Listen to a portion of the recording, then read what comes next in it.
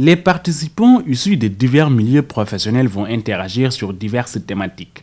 La question de la gestion des décomptes, le suivi des garanties, la gestion des pénalités de retard, la prise en charge des avenants et les dérives constatées dans leurs conclusions ont été bien positionnées durant les sessions. Sans oublier la gestion des intérêts moratoires, la prise en compte des transactions et leur traitement par le comptable, d'où l'importance de la participation du réseau des comptables publics à cette session de formation.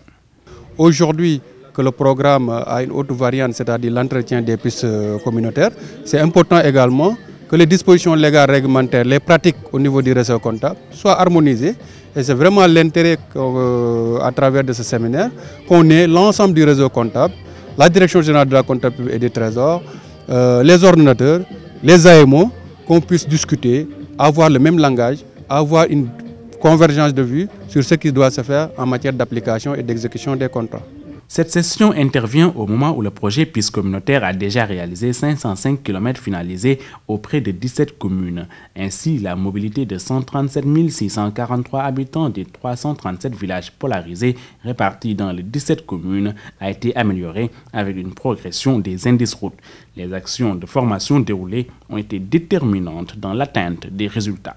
Nous avons déjà vu les résultats de ces formations-là dans les procédures de passation de marché, avec des délais très réduits, avec des décaissements qui vont à plus de 18 milliards.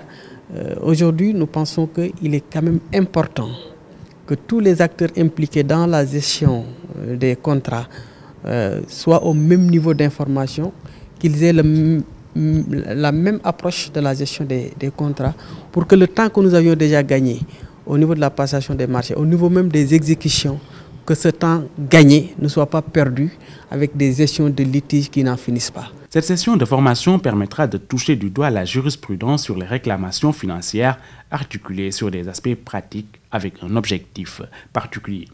C'est pourquoi l'objectif de cette formation est de vous fournir une méthodologie pratique pour mieux gérer les contrats financiers.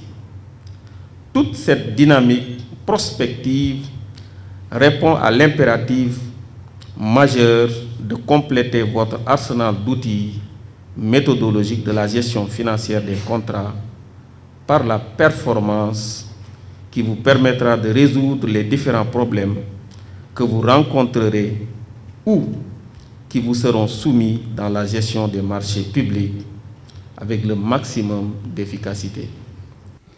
Les actions de renforcement de capacité prévues dans le cadre de la mise en œuvre du PPC et PNDL ont été mises en œuvre avec une satisfaction évaluée à 90%, ce qui atteste de la qualité des actions de formation dispensées par des professionnels reconnus dans leur domaine d'intervention.